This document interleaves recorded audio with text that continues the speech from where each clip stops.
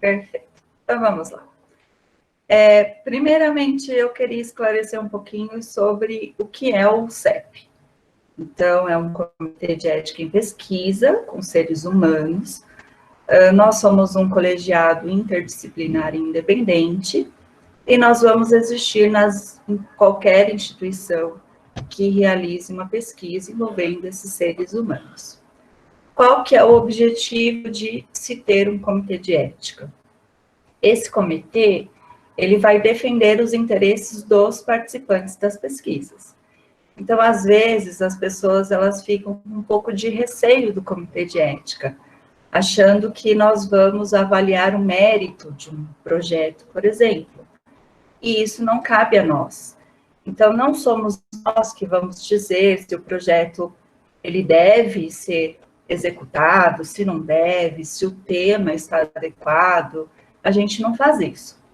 Nós vamos avaliar a proposta daquele projeto com relação ao participante da pesquisa, porque nós temos que defender a integridade e a dignidade desse participante dentro de padrões éticos. Quando eu falo em padrões éticos, é claro que a gente vai se basear em normas, em resoluções que são existentes e que vão guiar o nosso trabalho. Nós vamos exercer, então, um papel consultivo, deliberativo e educativo. Então, isso que eu estou fazendo hoje aqui com vocês, eu estou exercendo um papel educativo, que é justamente a gente fazer essa conversa e orientar os pesquisadores quanto a essa submissão de projetos. Nós somos credenciados pela Comissão Nacional de Ética em Pesquisa, que é a CONEP, que é vinculada ao Conselho Nacional de Saúde. O CEP, como eu disse, ele é interdisciplinar, então nós vamos ter membros de todas as áreas. Então, nós temos pessoal da área da saúde, da área de exatas, da área de humanas, por isso que a gente consegue avaliar uma gama de projetos. Além disso, nós sempre temos também um membro da sociedade, que ele acaba representando os usuários da instituição. Então, quando chega um projeto para a gente avaliar, o membro, no caso eu sou um membro do comitê, eu vou fazer um relato. Esse relato, ele vai entrar na nossa reunião. E aí, durante a reunião, a gente vai discutir o relato que eu fiz. Porque o parecer, ele não é um parecer único de uma pessoa, ele é um parecer que vai ser dado o aval de um colegiado. Então, não tem problema, por exemplo, eu ser da área da saúde e avaliar um projeto de humanas, porque eu vou avaliar dentro de questões éticas e alguma dúvida que eu tenha quanto a um procedimento metodológico, por exemplo, nós vamos ter algum membro que seja da área de humanas que vai conseguir esclarecer.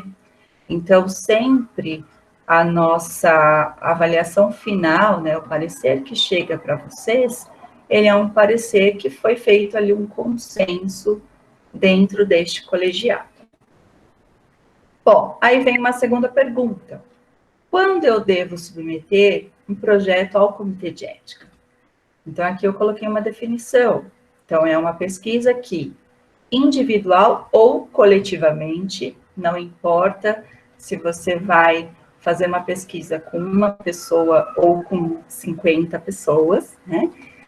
Só que se essa pesquisa envolve o ser humano, seja em sua totalidade ou partes dele, de uma forma direta ou indireta, vocês devem submeter o projeto a um comitê de ética. Às vezes surgem algumas dúvidas. Mas e se eu quiser fazer uma pesquisa de censo?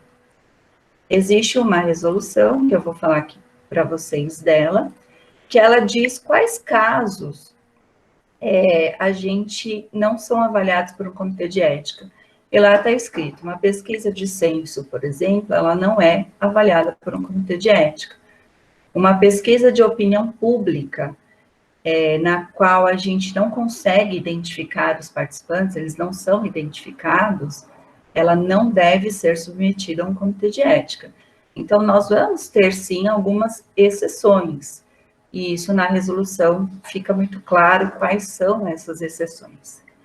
Mas, hoje eu estou apresentando dentro de um programa de pós-graduação, dentro de uma universidade. Então, todos os casos de TCC, mestrado, doutorado, eles precisarão submeter o projeto ao comitê de ética.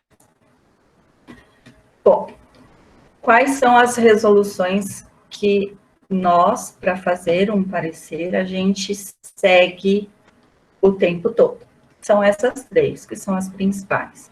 Na verdade, são 2 resoluções e uma norma operacional. Então, a gente segue essa resolução 466, essa resolução 510, a 466 de 2012, ela é uma resolução que ela se encaixa muito bem para o pessoal da área da saúde. Mas isso não quer dizer que outras áreas não se enquadrem dentro dessa resolução. A resolução 510, que é de 2016, ela é uma resolução bastante voltada para o pessoal da área de ciências humanas e sociais. Então, ela vai trazer algumas particularidades, algumas diferenças dessa resolução 466. Então, quando o seu trabalho é um trabalho puramente que se encaixa 100% dentro dessa resolução, vai ser a partir dos tópicos dela que a gente vai fazer o parecer. E nós temos uma outra norma, que é a norma operacional 001 de 2013, que também é uma norma que nos guia para que a gente consiga fazer os relatos. Todos vocês têm acesso a essas resoluções. Então, sempre lá no site da Plataforma Brasil, que eu coloquei aqui o endereço, vocês tem lá um campo, resoluções e normativas. Uma vez que vocês clicam nesse campo, abre essa página para vocês. Então, está aqui, ó, resoluções e normativas, e vocês têm todas as resoluções, todas as normas que os comitês de ética seguem. Então, eu destaquei aqui a 466, que acaba sendo a primeira aqui da lista, a norma operacional 001, e aqui, 14, a resolução 510.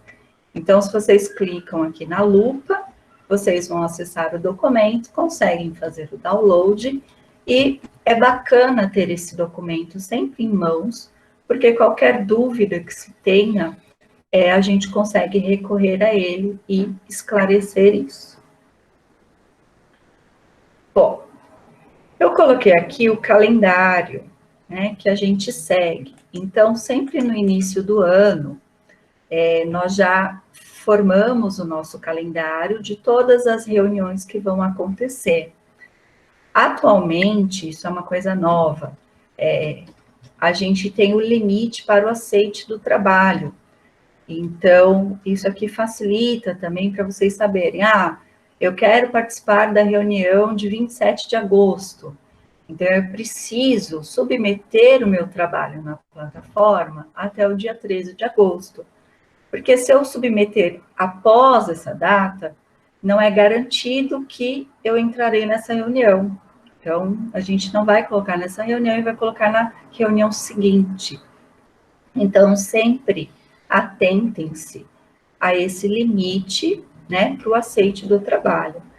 Esse limite que agora a gente coloca ele é sempre o limite estipulado para você submeter o trabalho na plataforma e esse trabalho ele ser aceito. Às vezes, vocês submetem na plataforma e a secretária do comitê, ela faz como se fosse um pente fino. Então, se ela verifica que falta algum documento, ela devolve para o pesquisador.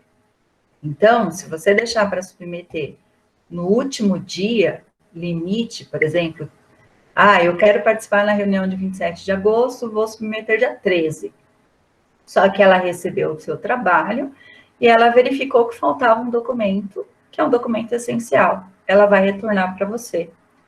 Se você não conseguir submeter novamente nesta data, você vai para a próxima data. Então, sempre atentem-se a isso. Aqui em negrito eu coloquei as reuniões que ainda vão acontecer esse ano. Lembrando que desde a reunião de 2 de abril, coloquei aqui um asterisco, nós estamos com as reuniões virtuais. Então, o Comitê de Ética, ele está trabalhando, só que de forma também remota. Então, as nossas reuniões, elas acontecem no ambiente virtual.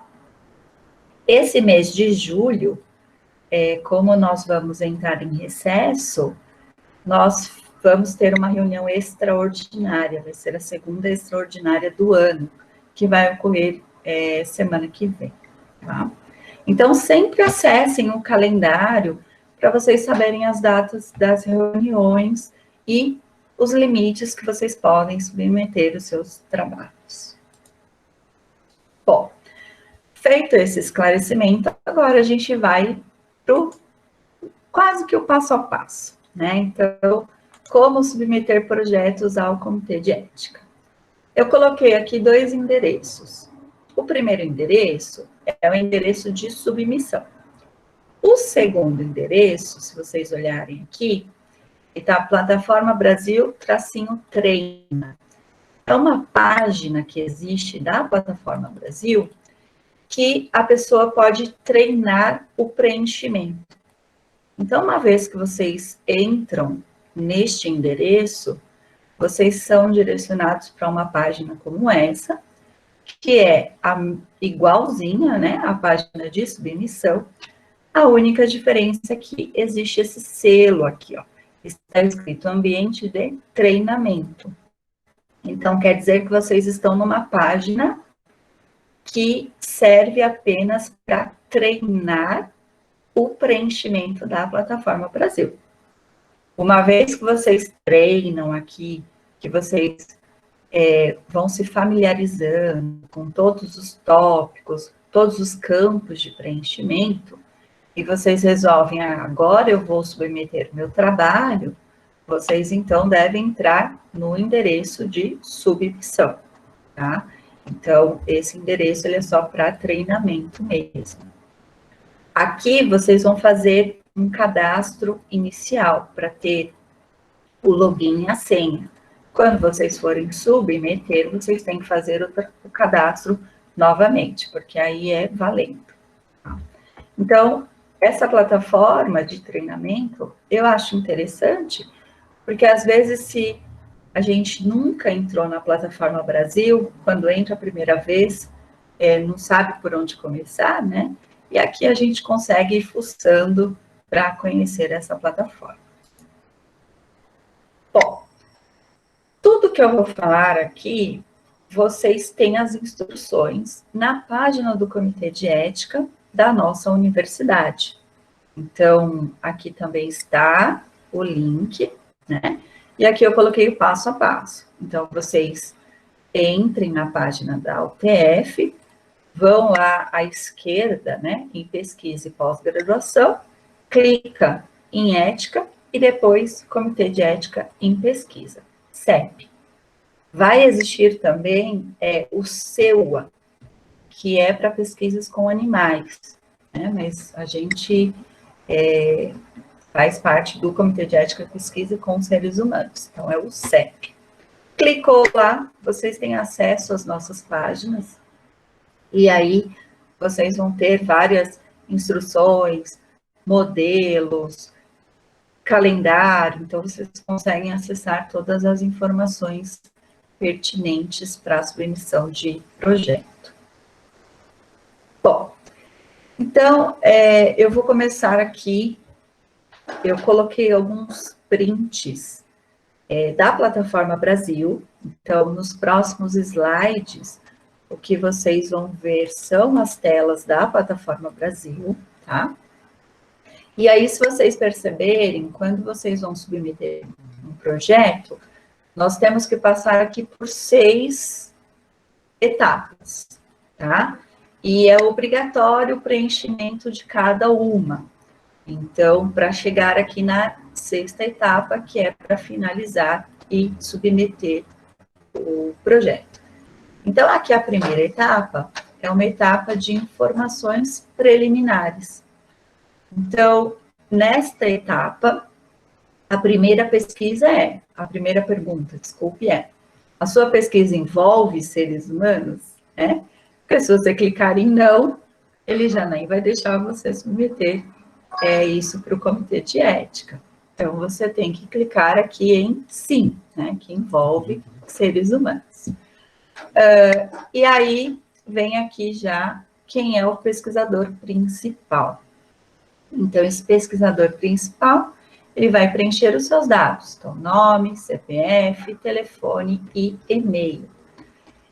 Nós temos algo novo agora, saiu uma nota recente da Conep, modificando esse pesquisador principal. Então, o que a gente tem? Antigamente, trabalhos de TCC, quem tinha que preencher como pesquisador principal era o orientador, porque o comitê de ética, ele não aceita que o trabalho seja submetido por uma pessoa que não tenha graduação, né?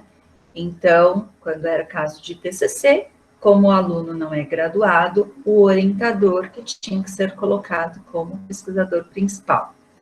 No caso de mestrado e doutorado, era permitido que o aluno fosse colocado como pesquisador principal e o orientador fazendo parte da equipe. Isso foi válido até 30 de junho, porque saiu uma nota da Conep dizendo que a partir de 1º de julho, então é algo super novo, recente, o responsável pela pesquisa deve ser o orientador, independente do nível de graduação do aluno. Então, agora, não importa se é TCC, se é mestrado, se é doutorado, sempre o orientador tem que ser o pesquisador principal, tá? E esse orientador, ele tem que ter vínculo formal com a UTF-PR. Então, essa é a nova orientação que nós temos, tá? E aí, o aluno, ele sempre vai fazer parte da equipe. Então, vai preencher sempre na parte da equipe. O que vocês podem ver nessa tela é que existem asteriscos. Então, tudo na plataforma que está com asterisco quer dizer que é de preenchimento obrigatório, tá? Então, vocês devem preencher tudo que tem o asterisco do lado.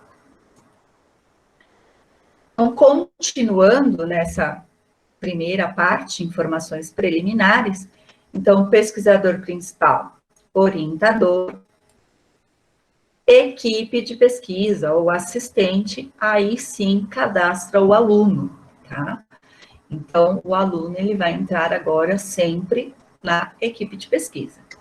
Então, vai fazer o cadastro desse membro, CPF, nome, e coloca aqui. Instituição proponente, então, qual é a instituição proponente? Então, normalmente é a UTF-PR, preenche aqui, dá o salvar, né? E aí você vai ser direcionado para a segunda parte. A segunda parte, ela trata da área em que esse estudo se enquadra, tá? Se vocês observarem, existe uma área temática especial aqui em cima. Essa área temática especial, ela trata de pesquisas que vão envolver a parte da genética, parte de reprodução humana, é uma parte mais clínica. Os indígenas, por exemplo, quem faz pesquisa com indígena, também vai preencher nessa área temática especial. Agora, a grande maioria das nossas pesquisas, que são feitas na nossa universidade, a gente vai ter que preencher aqui embaixo, que são as áreas do conhecimento do CNPq. Então, você vai escolher em qual área do conhecimento o seu projeto ele se encaixa. Feito isso, vai habilitar aqui a terceira parte, que trata do desenho do estudo e apoio financeiro. Então, vocês vão ter aqui um campo em branco, né? Está escrito desenho, um campo em branco. Esses campos que a plataforma tem, eles vão ter limite de caractere. Então, a gente sempre pede, sempre orienta os pesquisadores, quando forem preencher a plataforma Brasil, que sejam objetivos, sucintos, mas que tragam a informação mais importante de uma forma completa. Então, sempre as informações do trabalho que são relacionadas ao que vocês vão fazer com o participante, como vocês vão abordar esse participante, essas informações é que são muito importantes. Então, vocês devem usar o poder de resumo, né? Mas trazendo sempre a informação que é essencial para a gente, tá? Então, tomem cuidado, porque isso aqui tem limite de caractere. Às vezes a gente pega projetos em que a pessoa copiou e colou, né? Copiou de um arquivo do Word, colou aqui na plataforma e não coube.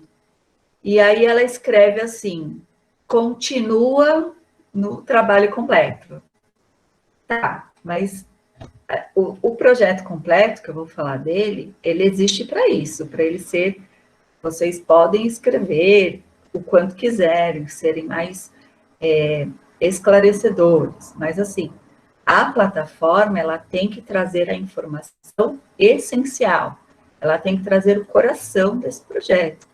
Então, vocês, é errado, né, colocar assim, continua lá no projeto completo, porque eu tenho que ler a plataforma e entender como que você fará essa pesquisa. Aí, as informações que vão ser adicionais, aí sim elas podem constar ali no projeto completo. Bom, desenho. O desenho, ele é algo que normalmente gera uma pendência nos projetos que são submetidos ao CEP. Então, eu coloquei aqui uma definição do que é o desenho de um projeto de pesquisa. O desenho, ele nada mais é do que a identificação da abordagem metodológica. Então, no desenho, vocês têm que escrever para a gente quem é a população que vai participar da sua pesquisa, ou seja, quem é o seu participante, que metodologia você vai usar com ele, como você vai coletar os seus dados. Então, é como se fosse um resumo da sua metodologia. Então, isso é uma pesquisa qualitativa, isso é um estudo observacional, mas dizer como ele será feito. Isso é o desenho. Aí eu coloquei aqui, mais de uma linha, né?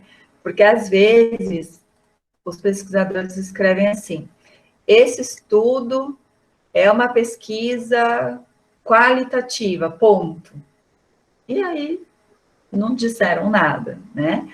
Então, ele sempre vai ter que ser mais de uma linha, porque ele vai trazer toda essa abordagem metodológica. Então, é difícil você explicar a sua abordagem metodológica em apenas uma linha, tá? Isso gera muita pendência em projetos de pesquisa.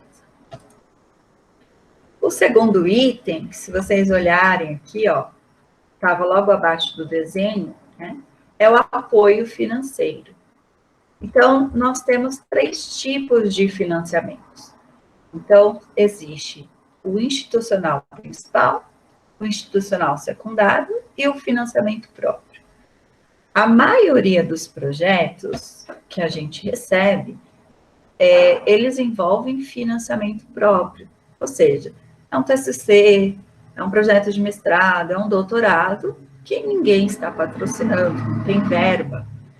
Então, quando vocês forem preencher a plataforma, vocês coloquem financiamento próprio, quando não tiver nenhuma instituição bancando o seu projeto de pesquisa. Tá?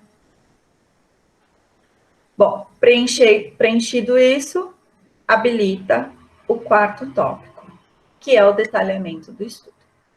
Então, é aqui que vocês vão preencher toda a parte do projeto de pesquisa de vocês. Então, começa com a introdução, depois vem o resumo, depois vem a hipótese. Então, vejam o que eu tinha dito, olha, caracteres restantes, 4.000. Então, cada um desses campos, para serem preenchidos, eles vão ter limitação de caractere. Então, tomem um pouquinho de cuidado, né? A informação preenchida aqui, ela tem que ser completa. Tá? O que às vezes a gente vê em alguns projetos é que muitos pesquisadores, eles se preocupam bastante com a introdução, fazem uma introdução muito longa, e quando chega, por exemplo, na parte da metodologia, eles escrevem 3 linhas, 4 linhas, e para o comitê de ética, o que vai nos dar embasamento para avaliação ética é a metodologia, né? Claro que a introdução, ela serve para a gente entender o contexto da sua pesquisa, mas o que importa mesmo para o comitê de ética é a metodologia, tá? Então, aí vocês vão preencher aqui hipótese, objetivo primário, sempre tem que ter o objetivo primário. Aí aqui o objetivo secundário, ele na verdade não é obrigatório, você pode ter um objetivo secundário ou não, tá? Mas não é obrigatório. E aí metodologia proposta. Nesta metodologia proposta, nesse campo de preenchimento, aqui vocês devem trazer a informação completa. Então, é isso. Quem vai ser o seu participante? Como você vai abordá-lo? O que você vai fazer com ele? Né? Então eu vou aplicar um questionário. Quantas perguntas tem o seu questionário? Eu vou aplicar um questionário com 30 perguntas. O participante ele vai precisar de 10 minutos para responder esse questionário. Então, vocês devem ser muito claros com as intervenções que vocês farão com esse ser humano, tá? Para a gente conseguir fazer a avaliação ética. Aqui embaixo, vejam, a gente tem 2 outros campos que são de extrema importância e que, às vezes, também geram pendências. São os critérios, que a gente chama de critério de inclusão e critério de exclusão. O que é o critério de inclusão? É o grupo que vai participar da sua pesquisa. Então, eu vou fazer uma pesquisa com alunos, então, critério de inclusão.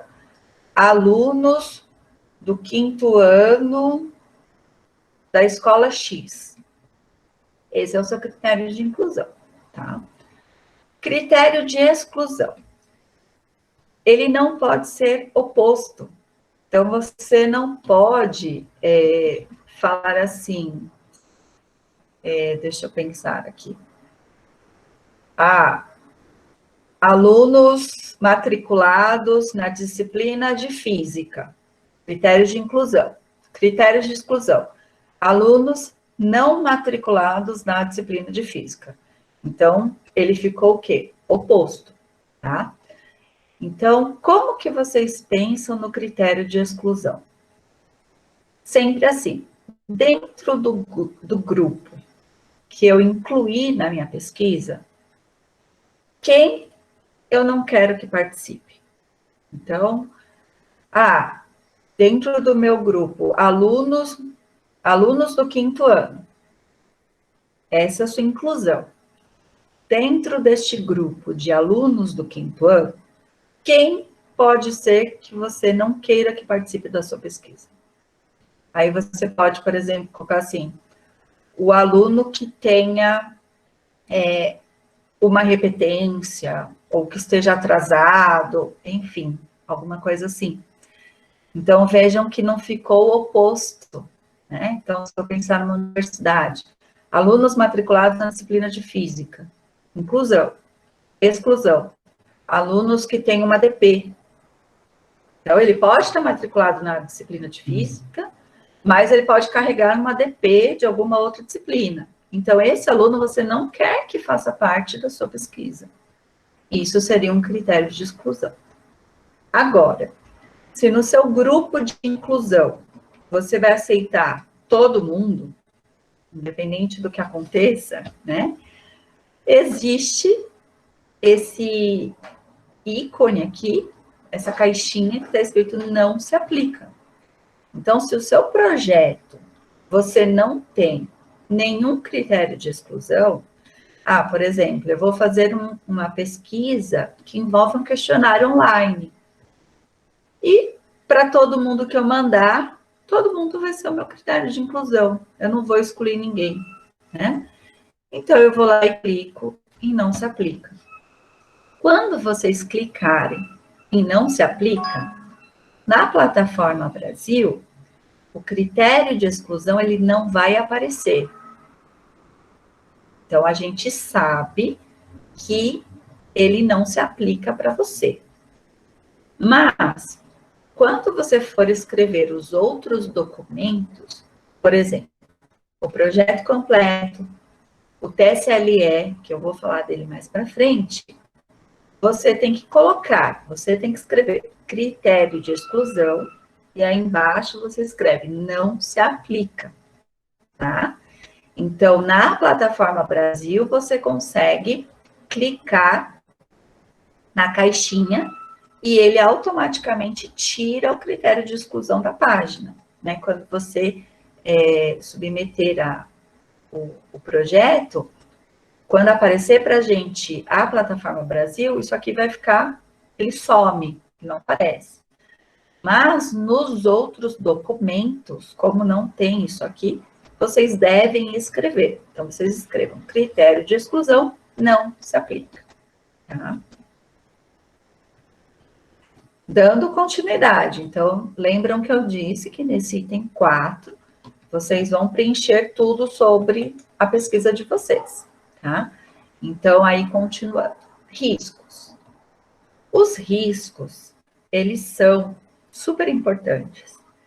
E, normalmente, também eles geram pendências nos projetos. A resolução do 466, por exemplo, lá está escrito que toda pesquisa com ser humano, ela gera um tipo de risco. O que a gente pode fazer é colocar esse risco numa escala. Então, ele pode ser um baixo risco ou ele pode ser um alto risco, mas sempre vai existir algum tipo de risco. Então, às vezes, os pesquisadores escrevem os seus projetos e eles falam assim, a minha pesquisa não gera risco algum. Né? Isso a gente não pode aceitar porque está escrito na resolução que toda pesquisa com ser humano gera risco. Então, vocês devem pensar em algum tipo de risco que a sua pesquisa vai gerar. Normalmente, quando as pesquisas envolvem questionários, que é uma coisa super simples, né? Que risco um questionário pode causar a uma pessoa? O risco básico, né, que todo mundo acaba alegando, é constrangimento. Então, às vezes, o seu questionário tem alguma pergunta que aquela pessoa que está participando, quando ela vai responder aquela pergunta, pode ser que ela fique constrangida. Então, isso já é um risco. É um risco mínimo? Sim, mas é um risco. Então, vocês sempre devem escrever qual é o tipo de risco que a sua pesquisa pode gerar naquele participante. E de que forma você vai minimizar esse risco. Então, você tem que explicar para o CEP que, ok, a minha pesquisa gera um risco, E para esse risco ele ser minimizado, eu vou tomar tal atitude. Então, a questão do constrangimento. A minha pesquisa já pode gerar o risco de constrangimento quando o participante for responder alguma pergunta do questionário. Caso ele se sinta constrangido, ele pode se negar a responder aquela pergunta.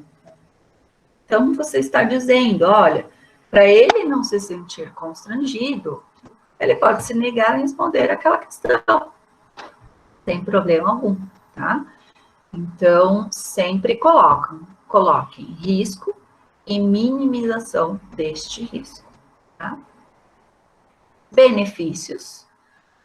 Os benefícios da pesquisa, eles podem ser diretos ao participante ou indireto.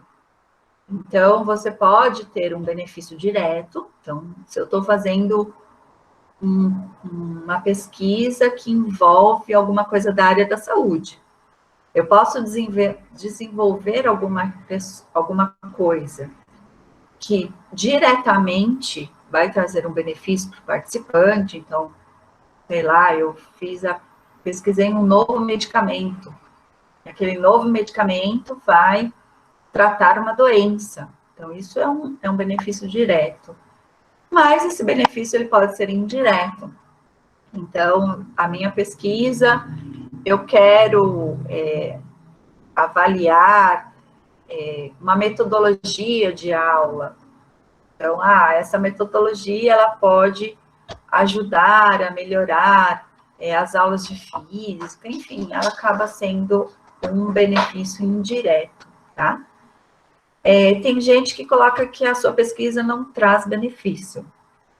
E aí, às vezes, a gente, no comitê de ética, já pegamos situações assim.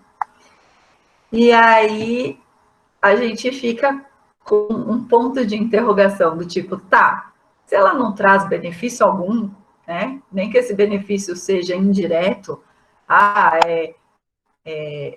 ter um conhecimento sobre um tema, alguma coisa assim, por que você está fazendo uma pesquisa, né? Então, sempre vai ter um benefício. Pensem com carinho nesse benefício da pesquisa de vocês. Aí a gente vem aqui para a metodologia de análise de dados. Aqui vocês vão descrever a metodologia do trabalho de vocês. Sempre de uma forma bem completa, né?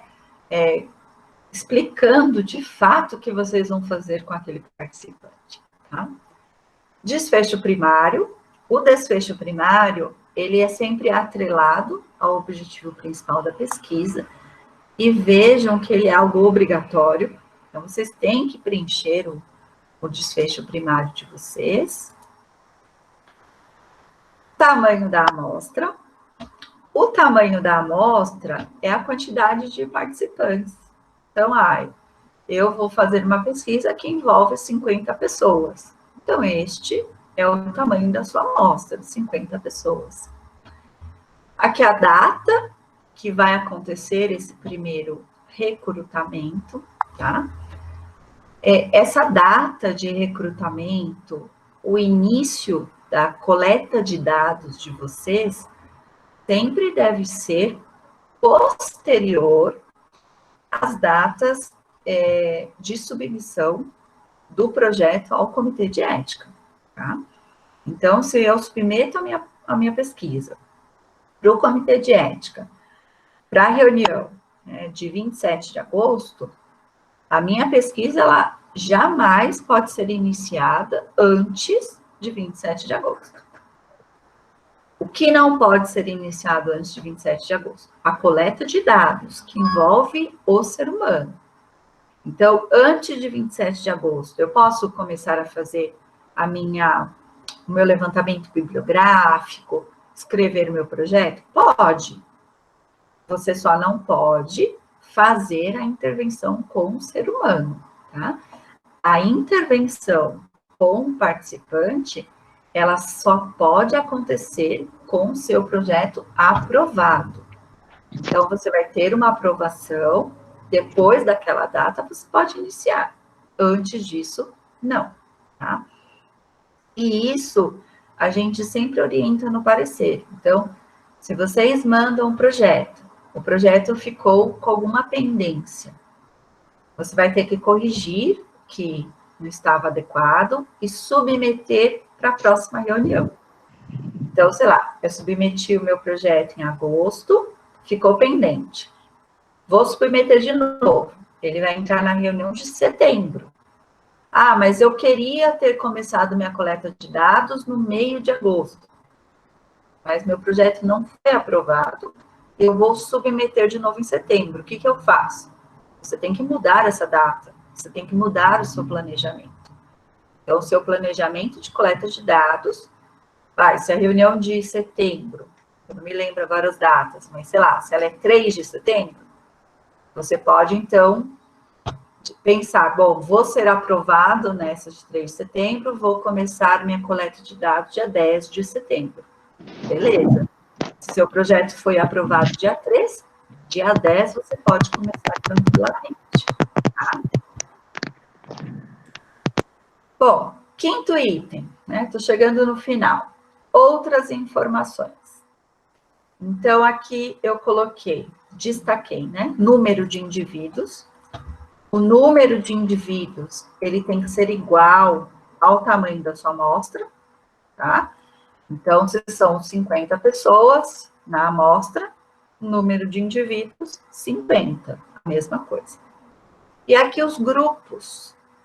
Isso aqui também gera bastante pendência, gera problema. Vocês vão colocar aqui o ID do grupo, o número de indivíduos e a intervenção a ser feita. Então, se a minha pesquisa é um grupo único, você pode colocar assim, sei lá, vou fazer uma pesquisa numa sala de aula. Então, todos os meus estudantes, eles vão responder um questionário. Então, é um grupo único. Então, qual é o ID deste grupo? Você pode colocar aqui, alunos, sei lá, alunos do 5º ano, número de indivíduos, sei lá, vão ser 30. 30. Intervenção a ser feita, ou a ser realizada. Aplicação de questionário. Perfeito. A minha pesquisa, ela envolve grupo controle e o grupo que eu vou fazer, vou aplicar alguma coisa diferente. Vocês têm que separar aqui. Então, eu tenho 25 pessoas no grupo controle, 25 pessoas no grupo que o pessoal de alimentos faz bastante, que vão provar uma nova formulação. Então, vocês coloquem aqui os dois grupos. Grupo controle, 25 pessoas, grupo experimental, 25 pessoas provarão a fórmula X. Então, um vai provar o alimento normal e o outro vai provar o alimento com ingrediente a mais. Então, vocês coloquem aqui na intervenção, tá? Ainda neste quinto item, propõe dispensa do TSLE, essa pergunta aqui. A grande maioria dos projetos não propõe dispensa do TSLE, alguns sim. Quando o seu projeto, você entender que você não precisa de um TSLE, você vai clicar em sim, né, propõe a dispensa, e vai justificar o porquê você está dispensado do TSLE. Vou dar um exemplo aqui de um trabalho meu. Uma aluna, ela fez um trabalho em que ela precisava de imagem de um exame. E aí, o exame, ele é considerado como se ele fizesse parte de um banco de dados. Você não vai buscar esse paciente que já fez o exame, então, na verdade, tem que ser um estudo, neste caso, retroativo. Então, você não vai buscar o paciente que fez o exame, sei lá, 5 anos atrás, para apresentar para ele o TSLE. Então, essas imagens antigas, é como se elas fizessem parte do banco de dados de uma clínica, por exemplo. Então, é a clínica que vai me autorizar, não é o paciente. Mas, claro que eu não posso dar nenhum tipo de informação desse paciente. Então, aí é um projeto que propõe a dispensa. Agora, se vocês forem aplicar questionários, seja online, seja presencial, fazer alguma intervenção numa aula, numa sala de aula, aí sempre vai ter que ter o TSLE. E aí eu estou falando TSLE e não sei se vocês sabem o que é um TSLE, né? Então, o TSLE é uma abreviação de termo de consentimento livre e esclarecido. Ele é o documento que você vai apresentar para o participante, mostrando qual é a sua pesquisa. Tá? Então, este documento, obrigatoriamente, ele tem que ser feito na forma de convite. Esses participantes da pesquisa, eles são participantes voluntários. E eles participam, então, de uma forma livremente. Então, você vai convidá-los a participar da sua pesquisa, tá? Então, você vai fazer esse documento em forma de convite, e o TSLE, ele é sempre para participantes maiores de 18 anos. Ah, mas e se eu for fazer o trabalho numa escola e o meu aluno tem 13 anos? Aí você vai ter que escrever um outro documento para este aluno, que eu vou falar já no próximo, que ele se chama TALE. Tá? Mas, se você fizer o TALE para o aluno, que é menor de 18 anos, você tem que fazer o TSLE para o pai desse aluno. Então, vão ser 2 documentos diferentes. Para o aluno, você vai escrever que está convidando o aluno para participar da sua pesquisa. E para o pai deste aluno, você vai dizer que você está convidando o filho dele, né? Porque às vezes vem TSLE para o pai e o pesquisador coloca, você está sendo convidado. Na verdade, não é o pai que vai participar da sua pesquisa. O pai, ele vai dar, sim, o aval para o filho participar, porque o filho é menor de idade. Mas quem vai participar, neste caso, é o filho, tá? Então, são coisas diferentes.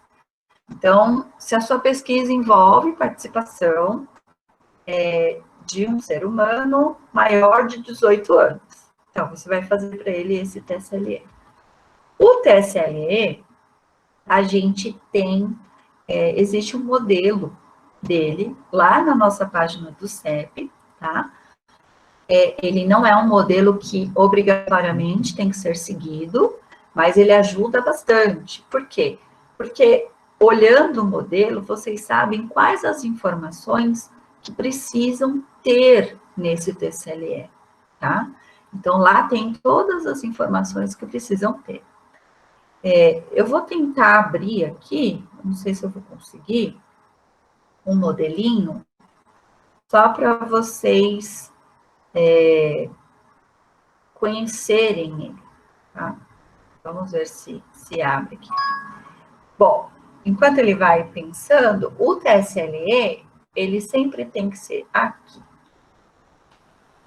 Dá para ver? Ou se Ele está compartilhando somente o seu slide, então talvez você tenha que mudar o compartilhamento da janela ali. Vou mudar, vamos ver. Vocês estão conseguindo me acompanhar? Eu estou indo muito rápido. Tá tranquilo. Tá tranquilo? Eu estou quase terminando, tá? Aqui. Vamos ver. Foi agora? Sim. Sim, beleza. Então, vocês estão vendo, esse aqui é o modelinho da nossa página, tá? O TSLE da página. Isso aqui que está em azul é a explicação. E eu vou dizer para vocês, às vezes os pesquisadores mandam com isso escrito. Então, na verdade, está escrito aqui em cima. O que está em azul é para ajudar no preenchimento, mas você deve apagar quando você enviar o documento para o comitê. Tá? E às vezes as pessoas esquecem de apagar. E aí fica errado. Então, tudo que está em preto aqui são as informações necessárias que devem constar neste TSLE. Então, o título da sua pesquisa, o seu nome, seu endereço, seu telefone, o local de realização da pesquisa. Então, a minha pesquisa vai acontecer na UTFPR, sei lá, no auditório. Então, esse é o local da minha pesquisa, é o auditório da UTFPR, é a sala de aula, da escola X, às vezes trabalhos de academias, que o pessoal quer fazer em academia. Então, o local da pesquisa, só que eles vão aplicar só um questionário. Então, o questionário vai ser aplicado onde, né? Onde esse participante vai responder o questionário? Então, na sala de coordenação da academia. Então, esse local, ele tem que ser, se possível, né? O mais preciso possível, né? Falando novamente possível. Então, ele tem que ser um local preciso, não um local abrangente, não um local amplo. Aí aqui vocês vão trazer algumas informações para este participante, aí sim, aqui vocês escrevem, você está sendo convidado para participar da pesquisa, nananã. E aí aqui, ó, você vai apresentar a sua pesquisa. Você vai dizer os objetivos da pesquisa. E aí aqui no item 3, a participação, ou seja, você vai dizer para este participante o que ele vai fazer. Então aqui você coloca, olha, você vai responder um questionário com 10 perguntas, isso levará um tempo de 10 minutos, e etc, etc. Então, é aqui que você deixa claro para essa pessoa o que ela vai fazer na sua pesquisa. Aí, aqui, confidencialidade, você sempre tem que garantir o sigilo, a privacidade deste participante. Riscos e benefícios. Vejam, riscos, benefícios, critérios de inclusão e exclusão. Tudo isso são itens que estão na plataforma Brasil também. O que vocês sempre devem fazer? Todas as informações, elas devem ser uniformes.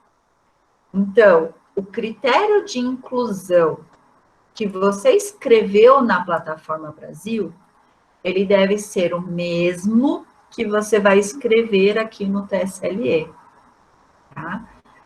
Às vezes isso também gera tendência, porque o pesquisador escreve uma coisa na plataforma, naqueles campos que vão preenchendo, escreve outra coisa aqui neste documento, escreve outra coisa no projeto completo. Isso não pode, tá? A informação ela tem que ser a mesma. Então, o mesmo critério de inclusão que você escreveu lá na plataforma, ele tem que ser escrito aqui, tá? Direito de sair da pesquisa. Então, isso aqui também é um direito para o participante, ele tem o direito de sair e ele tem direito de receber o resultado da sua pesquisa. Ressarcimento e indenização, eu vou falar um pouquinho mais para frente. Então, na verdade, esse é um modelo do nosso TSLE, tá? E que ele dá uma boa base para vocês e ajuda bastante na hora que vocês forem escrever este documento, tá? Mas não se esqueçam de apagar as coisas que são só instruções, tá? Esse TSLE, como eu disse, essa pesquisa, às vezes, ela pode ser um questionário online. Então, o TSLE, você também vai fazer ele online, tá? Isso é permitido.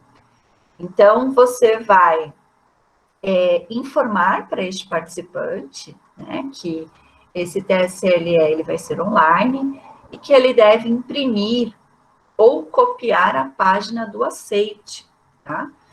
Então, todas as informações você vai colocar num e-mail. Então, se você encaminhar o e-mail para este participante, você nesse e-mail esclarece tudo, né, que ele tem que imprimir esse TSLE, para dar o consentimento, ou que ele tem que copiar essa página de aceite, você coloca tudo isso. Quando essas pesquisas são online, a gente pede sempre o print das telas, tá? Então, vocês vão fazer esse termo de maneira no formulário online e vão dar print na tela. E o questionário de vocês, como ele vai ser online, vocês também fazem o questionário e vão dar um print na tela e enviar para a gente, tá? Sempre tem que fazer isso. E quando o questionário é online, o TSLE, ele tem que ser assinado pelo participante antes dele ter acesso ao questionário. Então, ele não pode ter acesso ao questionário sem ter assinado o TSLE, tá? Uma coisa tem que estar vinculada à outra. Eu falei no TSLE sobre indenização e ressarcimento. Vou começar com ressarcimento. Qualquer pesquisa que gere algum gasto para o participante, o pesquisador, ele tem que prever o ressarcimento. E esse ressarcimento, ele tem que ser incluído no orçamento da pesquisa.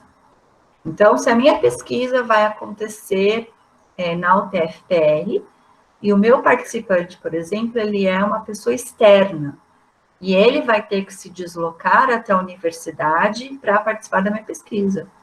Eu tenho obrigação de ressarcir esse participante do seu deslocamento.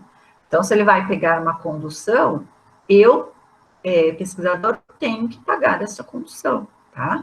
E aí eu tenho que prever isso no orçamento da minha pesquisa. A minha pesquisa ela vai acontecer na UTF-PR e vai ser o dia todo. O meu participante ele tem que ficar lá o dia todo.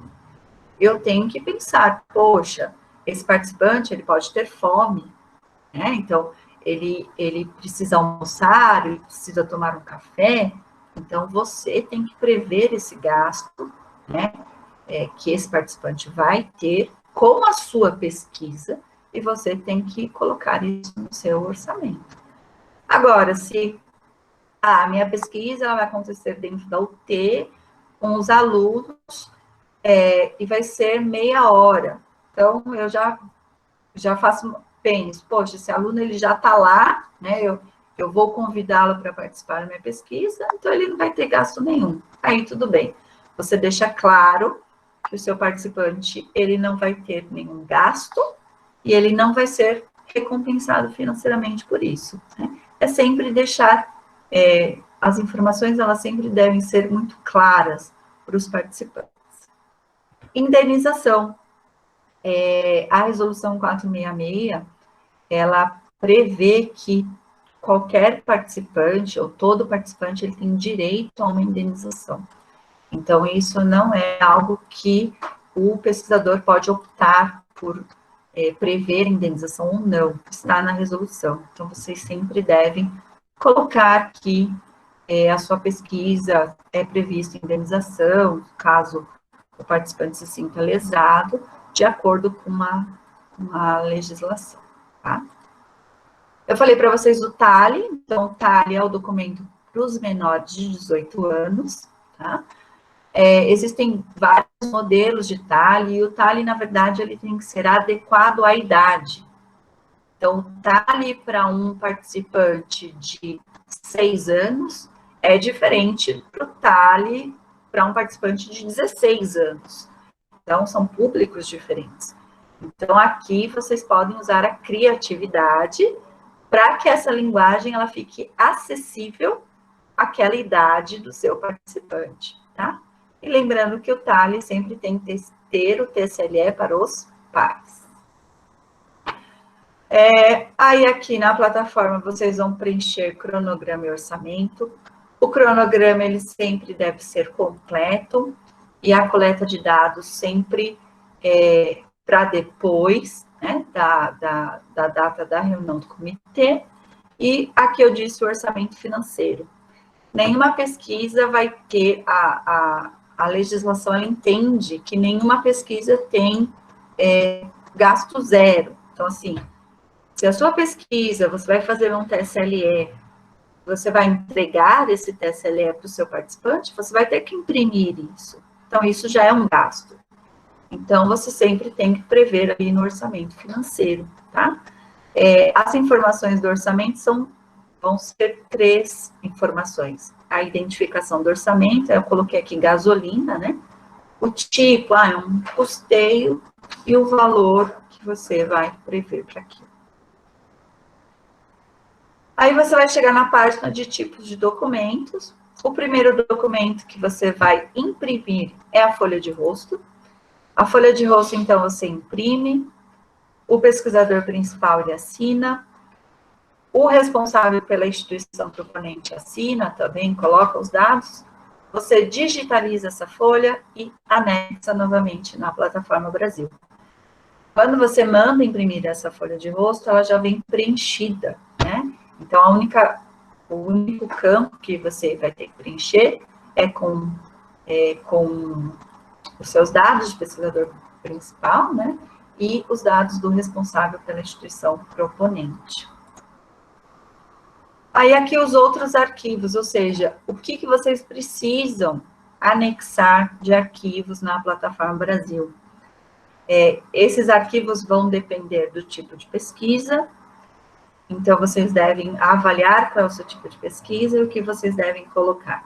Então, um TSLE, como eu disse, tem pesquisa que pode ter a dispensa ou não. Então, se não tiver dispensa, é obrigatório anexar na plataforma Brasil. TALE, se for menor de 18 anos. Projeto detalhado, ele pode ter vários nomes, projeto detalhado, projeto completo, brochura, enfim. Esse projeto eu vou falar um pouquinho dele, mas você pega a plataforma Brasil, todos os itens que tem nela você coloca nesse projeto detalhado. Qual é a diferença dele para a plataforma Brasil? Ele não tem limite de caractere. Então, no projeto detalhado, você pode se estender um pouco mais, você pode explicar um pouco mais, você pode colocar uma figura que você acha que vai ajudar o relator a entender melhor o seu trabalho. Então, aqui você pode ser mais detalhista. A plataforma, ela vai te limitar com os caracteres. Essa é a diferença. Mas todos os campos que existem na plataforma Brasil, eles também devem ter no seu projeto detalhado. Como eu disse, pesquisa totalmente online, sempre colocar os prints, tá? Cópia dos instrumentos que vocês vão realizar na pesquisa. Então, se é questionário, anexa o questionário. Se é um roteiro de entrevista, anexa esse roteiro. Se eu vou fazer uma análise sensorial na parte de alimentos, anexa essa análise. Então, qual vai ser o instrumento que você vai usar para coletar os seus dados? Aqui, um termo que a gente abrevia por TCUD, é um de compromisso de utilização de dados. Então, como eu disse, eu vou usar imagens, isso está num banco de dados, então eu preciso deste termo. Sempre apresentar a carta de anuência ou autorização da instituição onde a pesquisa será feita, tá? Essa carta a gente pede para que ela sempre seja em papel timbrado, assinada pelo responsável maior daquele local, tá? Ou pelo responsável. Eu vou fazer num laboratório da UTFPR. Quem é o responsável pelo laboratório? É o professor fulano de tal. Então, eu vou lá e peço autorização deste professor como responsável daquele laboratório. Termo de compromisso, confidencialidade de dados e envio de relatório final. Isso aqui é obrigatório para todo mundo. Você vai se comprometer a zelar por essa confidencialidade dos dados dos participantes e a entregar o seu relatório quando a sua pesquisa for concluída. Esse termo, nós temos modelo na página, só que, por favor, né, sempre leiam esses modelos, preencham com seus dados, mas apaguem o que não cabe a vocês. Esse modelo, ele traz, eu vou usar fichas clínicas, eu vou usar fichas sensoriais, mas o meu trabalho é um questionário em sala de aula, então eu não vou usar ficha clínica, eu não vou usar ficha sensorial, enfim. Então, eu tenho que excluir essa informação, né? Então, sempre tomem cuidado com isso. Termo de consentimento para uso de imagem, som e voz, né, que é o TECUISV. Esse termo, ele é necessário quando vocês vão fazer gravação. Então, se vocês forem gravar uma aula, gravar o áudio, vocês devem apresentar este termo, tá? Esse termo, na verdade, ele pode ser feito junto com o TSLE. Então, no cabeçalho, vocês colocam TSLE/TECUISV. E se vocês observarem o modelo deste termo lá na nossa página do CEP, ele vai ter lá embaixo, no fim do documento, um parágrafo que é próprio dele. Se vocês fizerem ele junto com o TSLE, vocês peguem esse parágrafo e adicionem no TSLE, tá? Aqui só a declaração de responsabilidade do patrocinador quando houver. Os roteiros de termos estão todos lá na nossa página. A gente tem vários roteiros, tá? Então, podem consultar, eles são bem esclarecedores. Então, está aqui o endereço. Como eu disse, plataforma versus projeto completo. Projeto completo tem todas as informações, deve ter todas as informações da plataforma, inclusive orçamento, cronograma, tudo. Qual que é a diferença, Carla? Aqui eu posso me estender um pouco mais, posso colocar figura. Na plataforma eu não consigo colar uma figura. Então, se eu quero, pessoal da educação física, o projeto envolve um movimento, e eu quero colocar uma figura do movimento que o participante vai fazer, na plataforma eu não consigo. No projeto completo eu consigo. Então, às vezes, essa informação vai ajudar o relator a entender melhor o seu trabalho, tá? Relatório final. Concluí a minha pesquisa, faço um relatório final, mando para o comitê de ética e finalizo tudo certinho, tá? Ele é enviado pela Plataforma Brasil como uma notificação. E para finalizar a minha fala, nós temos duas situações. Uma é com as pesquisas que são desenvolvidas na Secretaria Municipal de Educação de Curitiba. Esse comunicado eu copiei da nossa página e colei aqui. Então, vocês têm o comunicado completo lá na nossa página. Essas pesquisas que envolvem as escolas municipais, elas devem ser submetidas à Secretaria Municipal de Educação como co-participante, e aí, no caso, a UTFPR é a instituição proponente. A Secretaria Municipal, ela vai analisar o mérito da pesquisa, e nós vamos avaliar a parte ética, tá? Então, vocês devem colocar lá o CNPJ da prefeitura para que ela entre como uma co-participante. Tem toda a explicação lá na nossa página, tem o CNPJ da prefeitura, isso só vale para as escolas municipais dentro de Curitiba. Tá? E o último comunicado que eu resolvi trazer aqui como nós estamos num momento diferenciado, em tempos de pandemia, estão surgindo alguns trabalhos que envolvem, algumas pesquisas que envolvem a Covid-19, tá? Então, existe lá no nosso CEP toda uma explicação também de como esses trabalhos, eles são avaliados. Então, na verdade, eles são avaliados por uma câmara técnica, eles não são avaliados na nossa reunião convencional, tá? Deve existir, na verdade, como a questão da Covid é algo novo, tanto para os pesquisadores quanto para o comitê de ética, o comitê de ética, ele se prontifica, ele está atualmente dando atendimentos em regime virtual para tentar esclarecer esses pesquisadores e para que essas pesquisas consigam ser desenvolvidas, tá? E aí, no caso, por exemplo, de projetos que envolvem ventiladores pulmonares, eles devem ser aprovados pelos CEPs, de onde serão feitas as intervenções. Então, se a intervenção for feita em um hospital, ele deve ser aprovado pelo CEP do hospital, tá? Então, existem algumas coisas aqui diferentes, e vocês têm toda essa informação lá na nossa página do comitê. Bom, para essa apresentação, eu usei de referência a nossa página do Comitê de Ética, da UTF, tá? Ela é uma página bem completinha, vocês acham tudo que eu falei está lá, tá?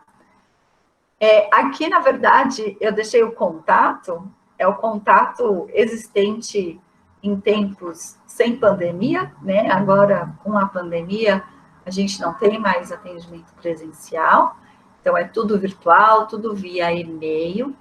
Então, o nosso CEP, ele tem uma coordenadora, que é a professora Saicla, uma vice-coordenadora, que é a professora Lissa.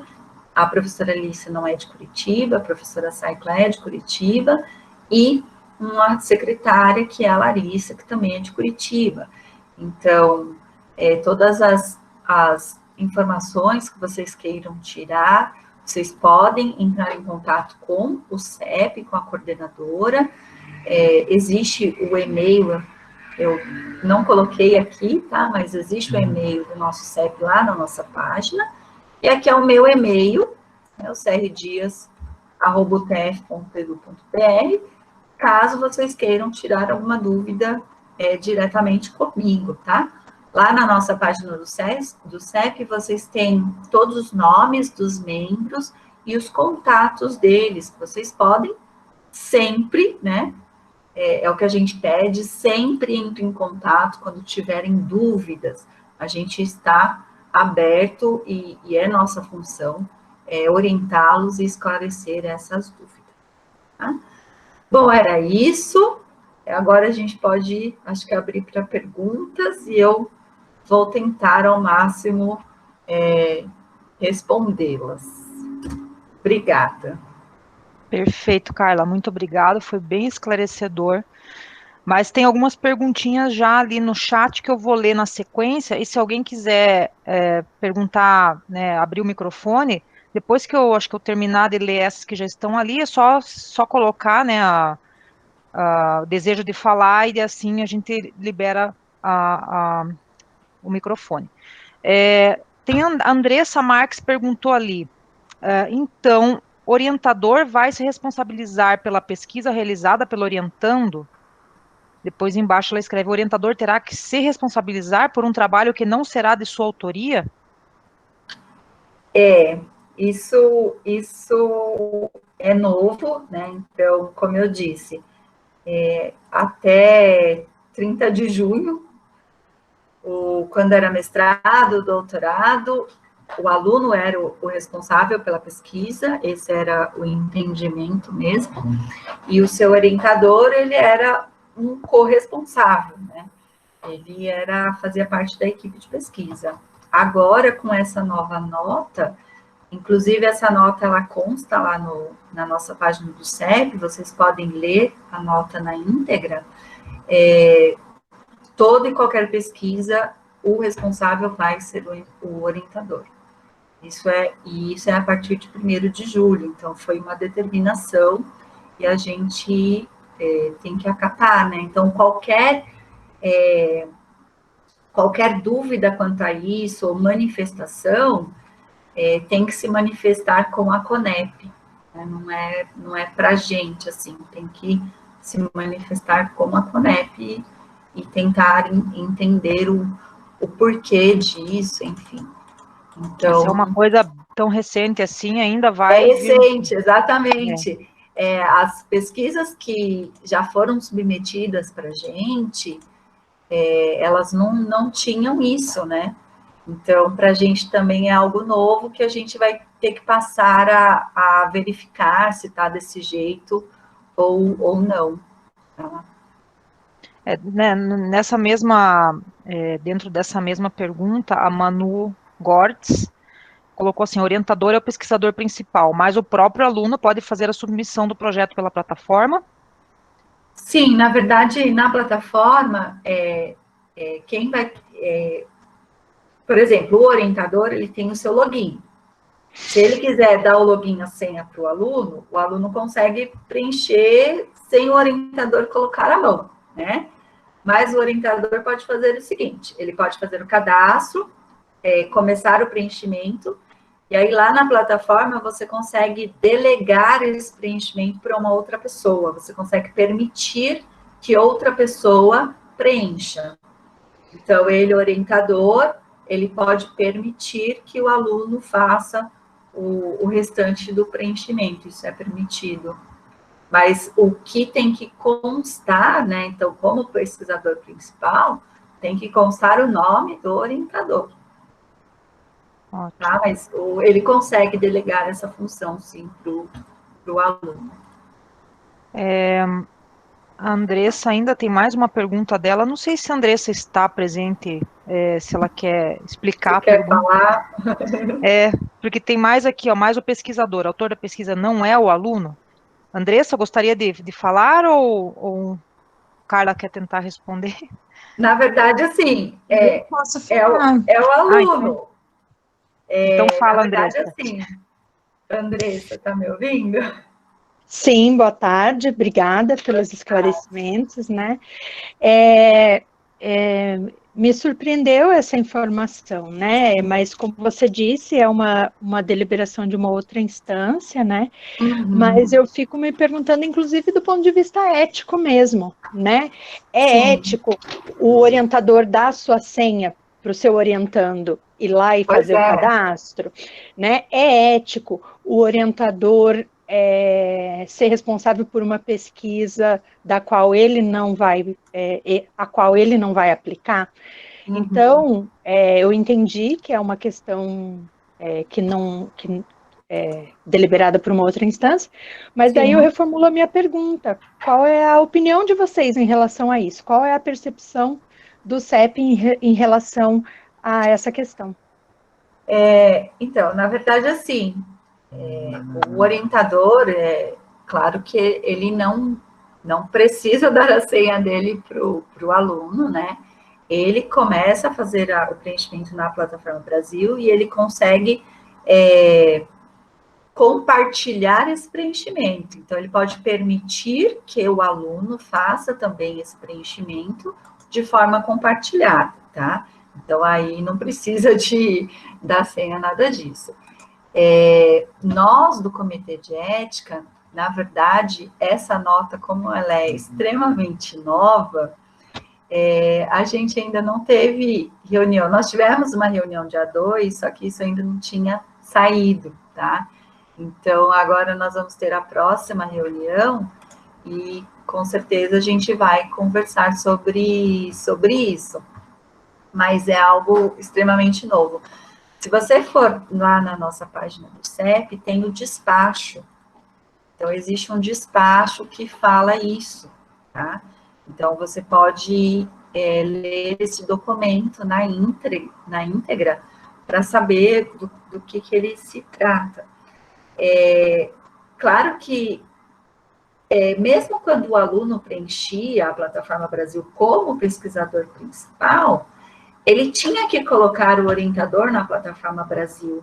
Isso está na resolução, que todos os membros da equipe, eles devem constar na Plataforma Brasil. Então, essas responsabilidades, elas são, de certa forma, divididas, né? O orientador, ele sempre esteve na Plataforma Brasil, mas ao invés de ele estar como pesquisador principal, ele estava na equipe da pesquisa. Isso para mestrado e doutorado. No caso do TCC, nós, orientadores, nós sempre estivemos como pesquisadores responsáveis, por mais que a pesquisa seja executada pelo aluno, né? Então, assim, isso não é uma coisa que nunca aconteceu. Ela já acontecia, mas ela acontecia só para TCC.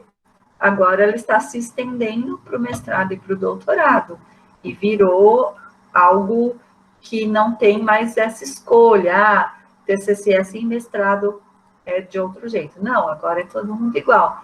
Pesquisador responsável, orientador, aluno, equipe de pesquisa.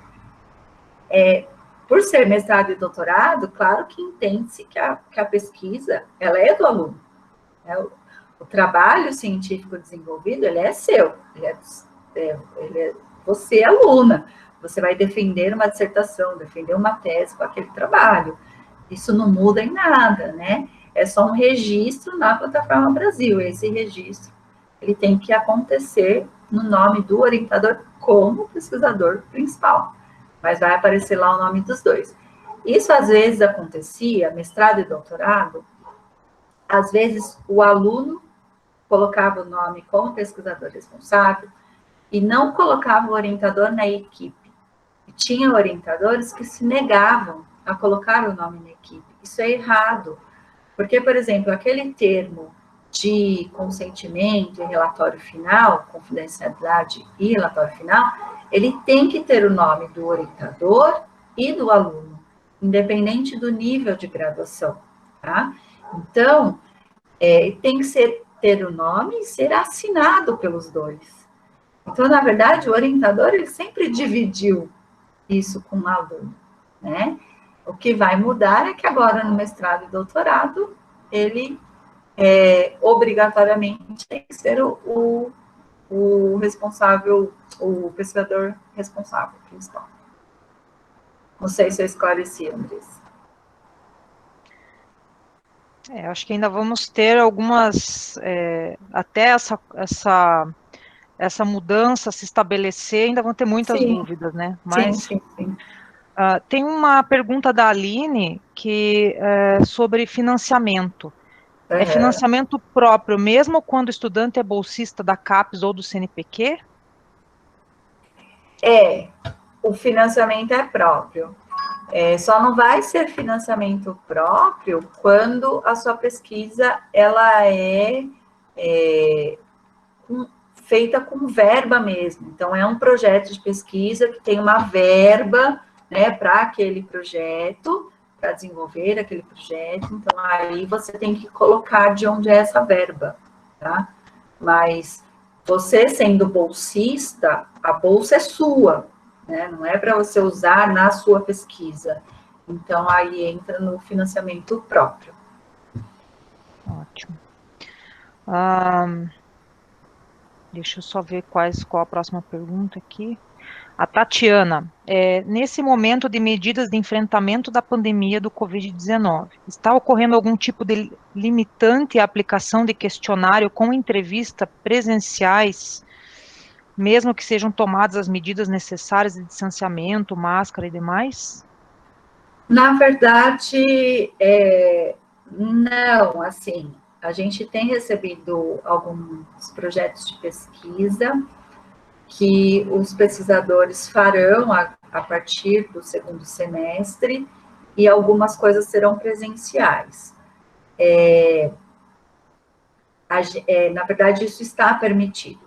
O que a gente orienta a vocês? Tem que deixar claro no seu projeto quais serão as medidas tomadas com relação a essa questão da pandemia. Então, quais medidas você vai tomar para assegurar assegurar essa questão da contaminação. E também você tem que prever no orçamento esses materiais. Então, se você vai disponibilizar álcool em gel, se você vai disponibilizar máscara, enfim, isso tem que constar no seu orçamento. Esses materiais relacionados a essa proteção contra o vírus, tá? E o que a gente, claro, não é permitido é, por exemplo, você dizer que é uma pesquisa vai ocorrer durante uma aula, né? Porque enquanto não tem aula, e não dá para fazer a pesquisa. Então, neste caso, não vai acontecer. Mas se é uma entrevista, que você vai em algum local que está funcionando e você vai fazer essa entrevista, você tem que deixar claro quais as medidas de proteção que você vai tomar. Então, a orientação para quem está construindo o projeto agora para submeter nessa época, enquanto ainda durar a pandemia, e for uma pesquisa em que vai ser feita alguma intervenção em sala de aula, é preciso colocar no projeto e, né, na plataforma, enfim, que essa pesquisa só irá ocorrer a partir do momento em que a situação estiver normalizada, digamos assim. Sim, sim, você já tem que deixar claro isso, que você só vai fazer essa pesquisa na hora que normalizar, porque enquanto as aulas elas estão suspensas, não tem como você fazer pesquisa, né, numa sala de aula. A gente até tem colocado uma informação desse tipo nos nossos relatos, que a pesquisa só deve acontecer quando as aulas estiverem acontecendo de fato. A gente sempre coloca para tomar cuidado com o cronograma, que esse cronograma ele deve ser adequado para o início. Então, a gente tem colocado algumas considerações. Mas não tem pesquisa, não tem casos de, não pode ser feito nenhum tipo de pesquisa durante a pandemia. Isso não está acontecendo. Isso vai depender do tipo de pesquisa. Certo. O Arthur pergunta, no caso de continuidade de processos de pesquisa após o mestrado, vinculado a grupos de pesquisa, por exemplo, há necessidade de submissão ao comitê de ética? O projeto deverá ser no mesmo formato do projeto de pesquisa vinculado ao mestrado e a doutorado, ou doutorado? Na verdade, assim, toda pesquisa que vai gerar, que configure um trabalho científico, que vai gerar dados, esses dados vão ser publicados, precisa passar pelo comitê de ética. E que envolvam pessoas, né? Que envolvam pessoas, exatamente. Então, assim, não é somente TCC, mestrado e doutorado, não. Eu posso ser uma pesquisadora em algum local e vou desenvolver uma pesquisa envolvendo seres humanos, e com essa pesquisa eu vou gerar dados, e esses dados eu vou compartilhar, né? Eu vou publicar em algum lugar. Então, eu tenho que submeter ao comitê de ética. E o formato é sempre o mesmo, é aquele formato da plataforma Brasil. Mas o que você vai escrever é sempre adequado ao seu tipo de pesquisa. Eu vou aproveitar e fazer uma pergunta minha agora. No caso, assim, nós tivemos um trabalho junto com os alunos do PIBID e um dos professores, supervisores do PIBID, é um professor de uma escola. E os alunos entrevistaram ele, o professor. E da entrevista, isso a gente sistematizou essa entrevista, fez uma análise e tal, e o próprio professor foi autor desse trabalho.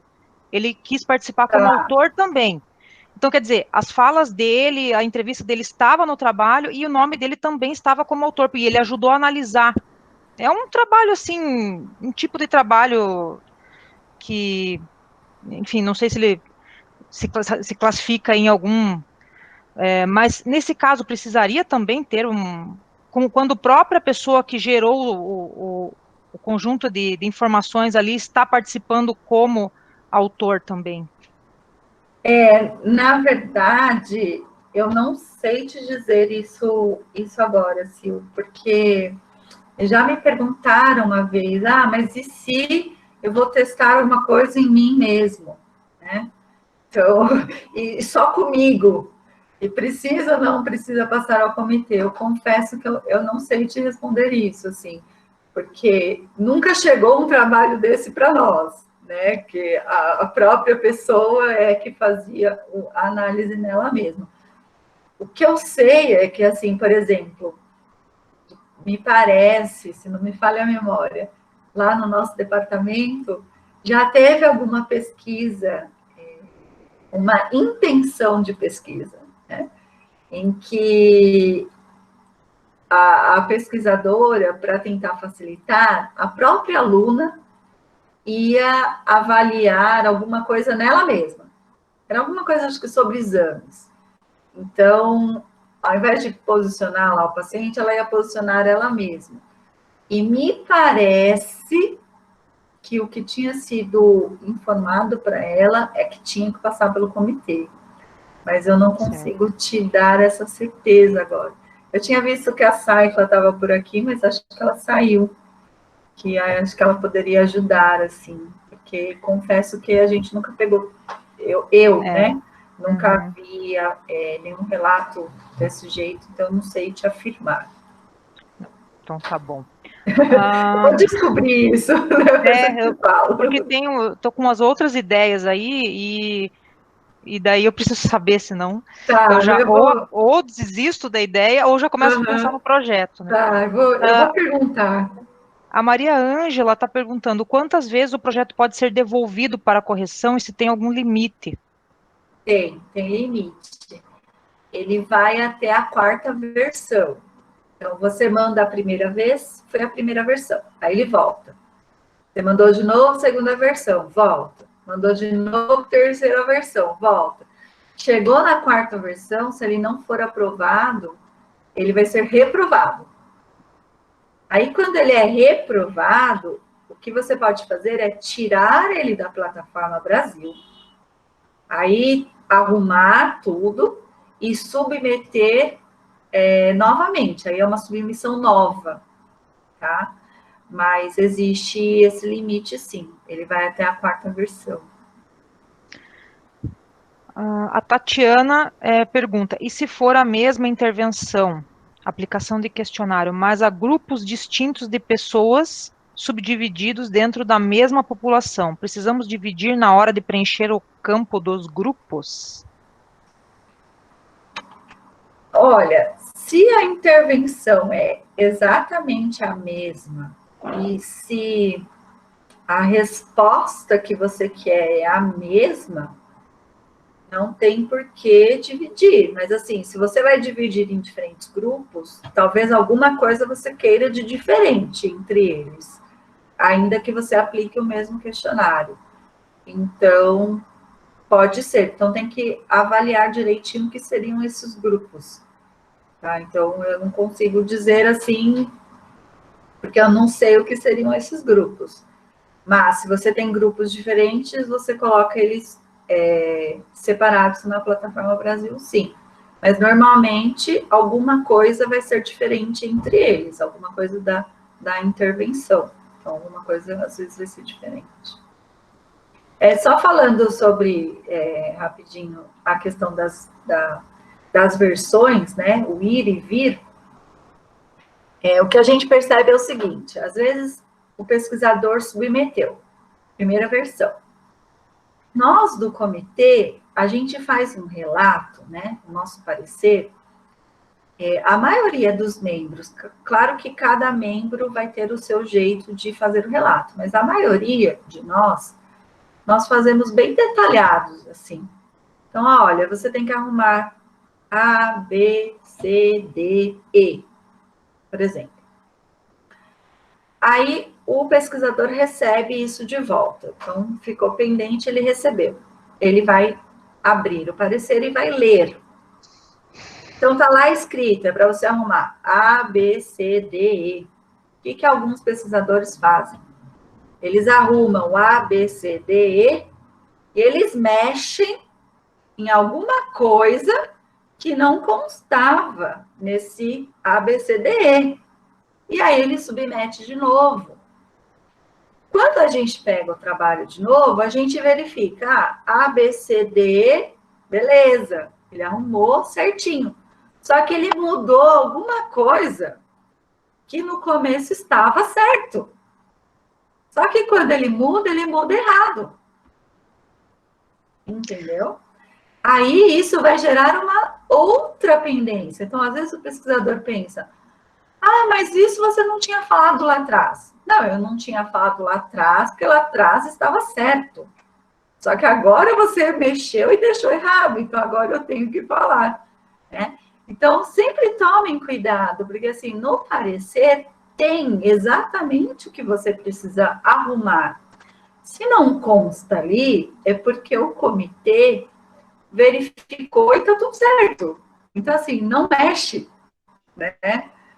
Não mexe, porque se você mexer, você corre o risco de gerar uma nova pendência. Então, um trabalho que era para ser aprovado naquela versão, ele vai agora para a terceira versão, porque gerou uma nova pendência. Ou, eu não digo nem arrumar, mas às vezes, você submeteu a primeira vez, você não incluiu uma informação.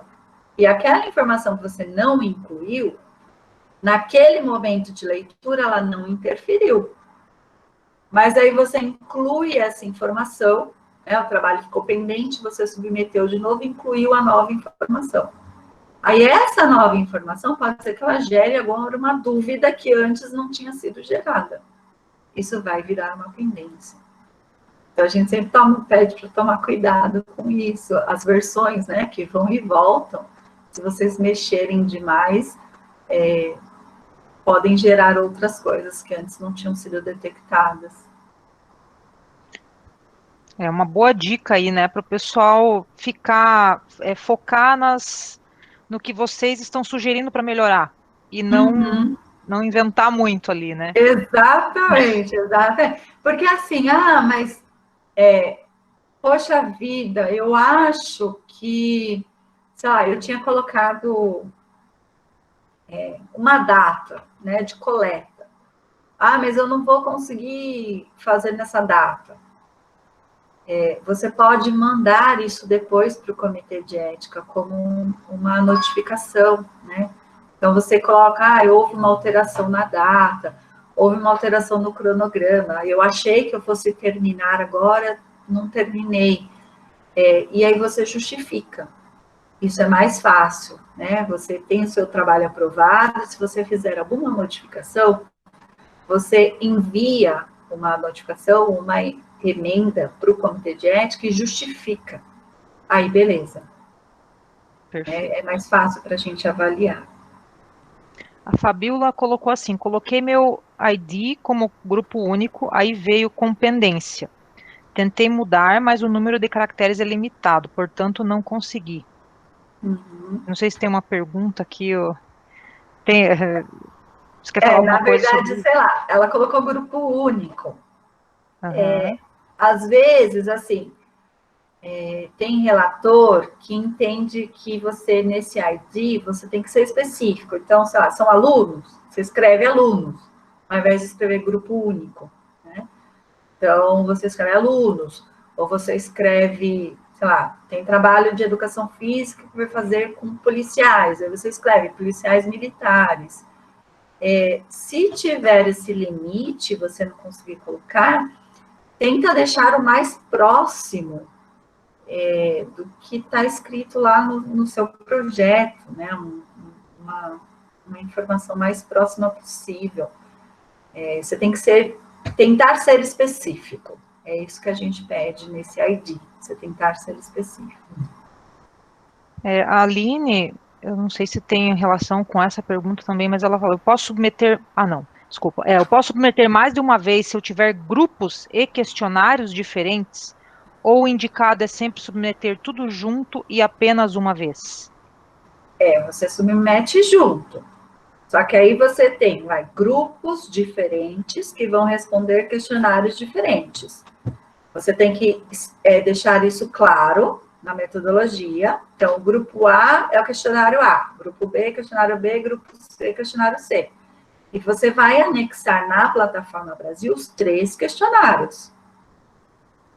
Então, não interessa, se você tem 5 grupos com 5 intervenções diferentes, você vai esclarecer quem são esses 5 grupos, né, nomear eles, colocar a intervenção para cada um, e você vai colocar o questionário ou a intervenção dos 5, que anexa na plataforma.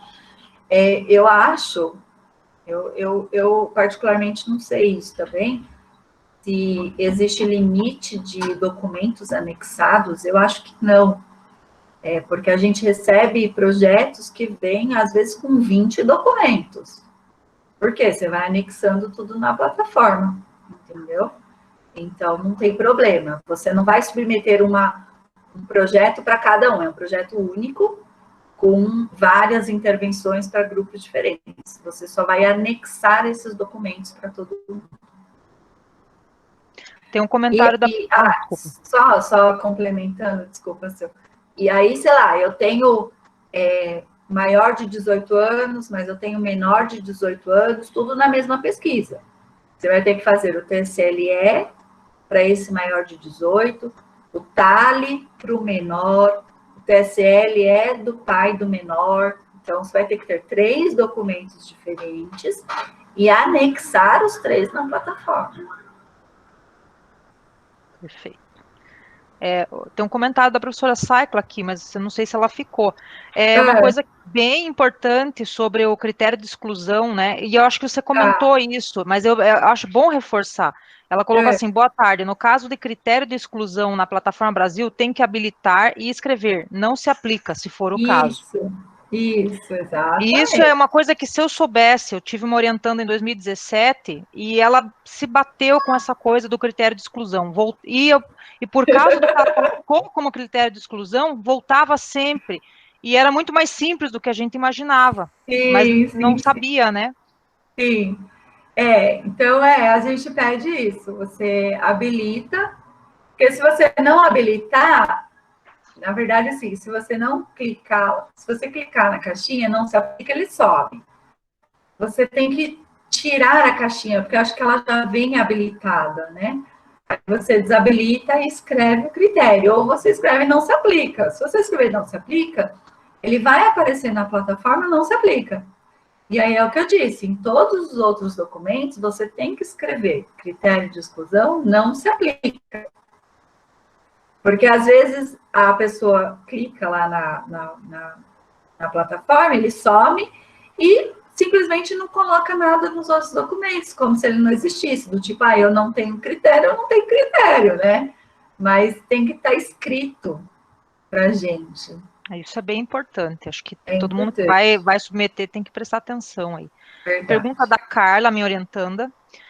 Quanto tempo um projeto enviado para o Comitê de Ética demora a ser avaliado? Acho que ela entrou um pouquinho depois que você falou do cronograma ali, né? Porque tem que sempre estar de olho no cronograma das reuniões, né?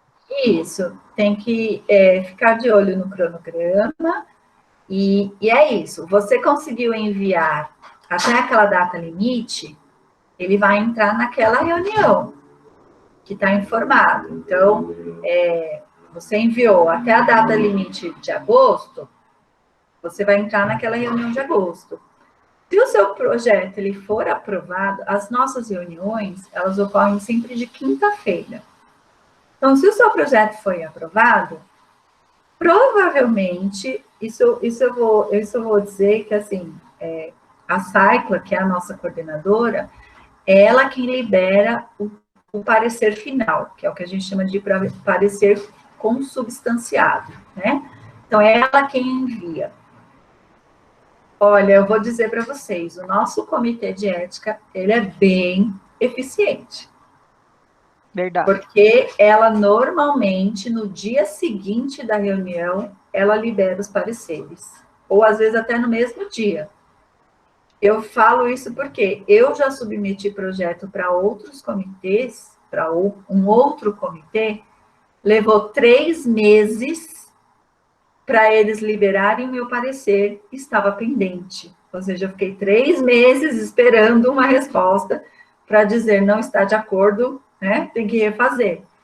Então, isso acaba empacando a gente, né? Então, o nosso comitê, ele é bem rápido nesse sentido. Então, você conseguiu entrar na reunião da quinta-feira, provavelmente na sexta você já tem o seu parecer em mãos, se foi aprovado, na segunda você pode começar a sua pesquisa. Então, quanto a isso, é tranquilo. Isso é verdade mesmo, a gente percebe que tendo em vista o cronograma, a gente sabe o dia que a gente pode se planejar para enviar o projeto e tem até uma ideia de quando que vai sair o resultado, porque ele é muito rápido, né? Exatamente. E aí, assim, aí você tem que pôr na cabeça, ficou pendente. Ficou pendente, só vai entrar na próxima reunião. Então, as reuniões, elas ocorrem uma vez ao mês. Como a gente tem feito reuniões virtuais, a gente tem relatado um número menor de projetos, porque acaba sendo bem extensa a reunião, né? Esse negócio de é cansativo também. É cansativo, a distância. Ainda assim, a gente faz o dia todo, faz das 9 da manhã às 5 da tarde. Mas a gente relata menos projetos. Então, se ela verifica que ficaram muitos projetos na espera, ela abre uma reunião extraordinária. Então, por isso a gente vai fazer uma segunda agora. Então, assim, você tem que pensar, ficou pendente, só vai entrar na reunião seguinte, que provavelmente é daqui a um mês. Então, você tem que planejar esse seu cronograma para depois de um mês. Infelizmente, é só esse delay que acontece quando você tem pendência, né? Você fica em um mês parado, né? Impossibilitado de executar a pesquisa. Ela pergunta também se o comitê de ética vai estar funcionando para tirar dúvidas agora, durante a quarentena. Acho que você até deixou disponível ali a gente tem respondido e-mail e e-mail, né? Por e-mail. E-mail, então. E ela pergunta também se o trabalho, depois de aprovado, ele tem alguma validade. Validade de...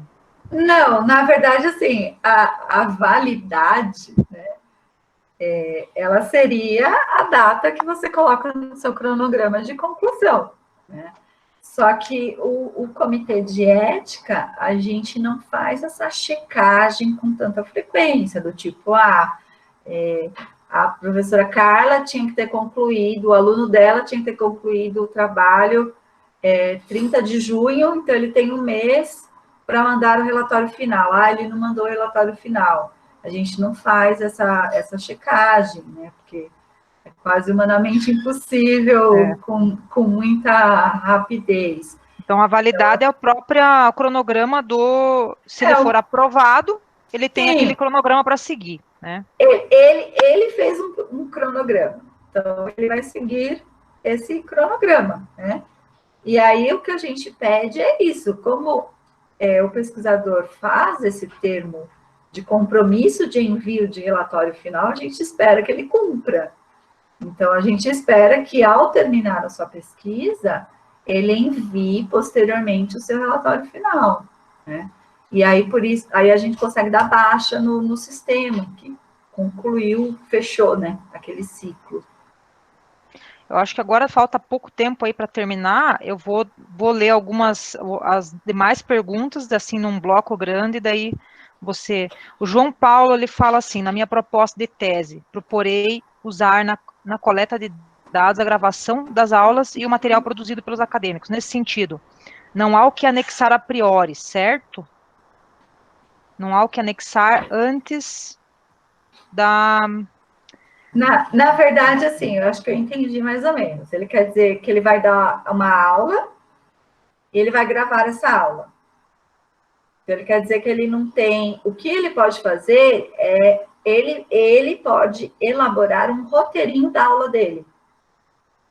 Então, ele pode dizer, eu vou dar uma aula, então fazer um roteirinho. O assunto da aula, o que ele vai usar como metodologia dessa aula. Então, na lousa, alguma coisa assim, como se fosse um planinho de aula, e ele pode anexar esse plano de aula, assim. Uma coisa que eu esqueci de falar... Professora Carla, posso só fazer uma... É que fiz a pergunta. Poderia ser anexado o plano de ensino da disciplina também? Na verdade, não, assim, não é necessário. É só você fazer... A ideia é gravar a disciplina inteira, 4 meses, no caso. Tá. E analisar ela como um todo, não só aulas específicas. Tá, então você pode... eu não sei se você faz um planejamento de aulas. A gente tem o nosso plano de ensino, mas a gente faz um planejamento de aulas. Na UT, por exemplo, né? Então, eu, professora Carla, eu tenho a disciplina que eu leciono, ela tem um plano de ensino, mas eu monto o meu planejamento de aulas. Então, a minha disciplina na data tal, conteúdo que eu vou abordar.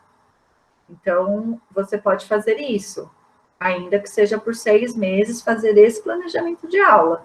E aí, anexar isso, né? E dizer que todas essas aulas serão gravadas para uma análise posterior, enfim.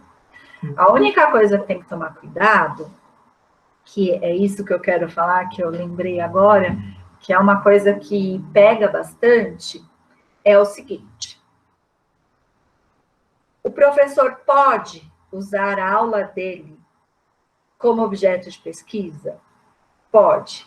Mas lembre-se, a participação é voluntária.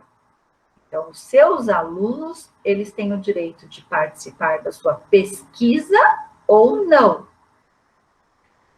Se ele não quer participar da sua pesquisa, ele tem o direito de participar da aula. Ele tem o direito de aula. Mas a sua aula é uma coisa, a sua pesquisa é outra coisa, mesmo que elas aconteçam juntas. Então, tem que tomar cuidado, por quê? E o aluno que não quer participar da sua pesquisa, o que você faz com ele? Você manda ele para casa? Fala, então, você não quer participar da minha pesquisa, ou você não assiste minha aula se você vai para casa?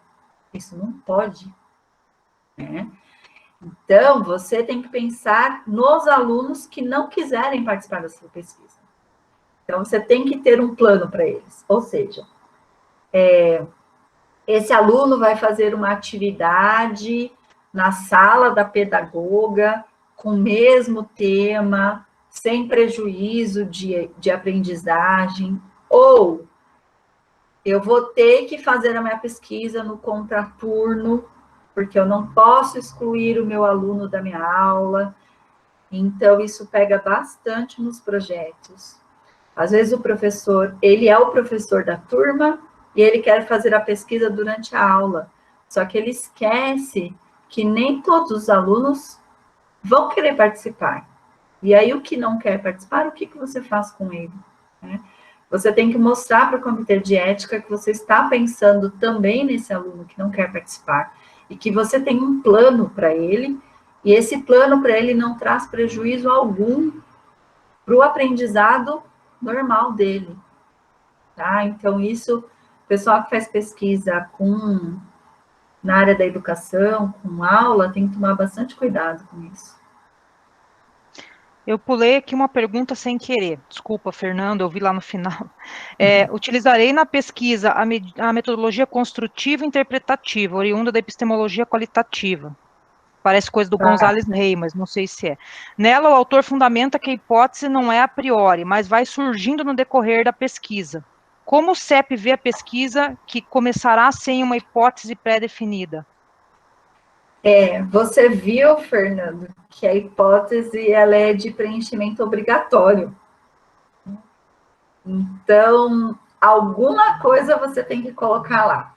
Nem que você coloque uma hipótese e escreva que ela pode ter alteração conforme a pesquisa for sendo executada, né? Que ela pode...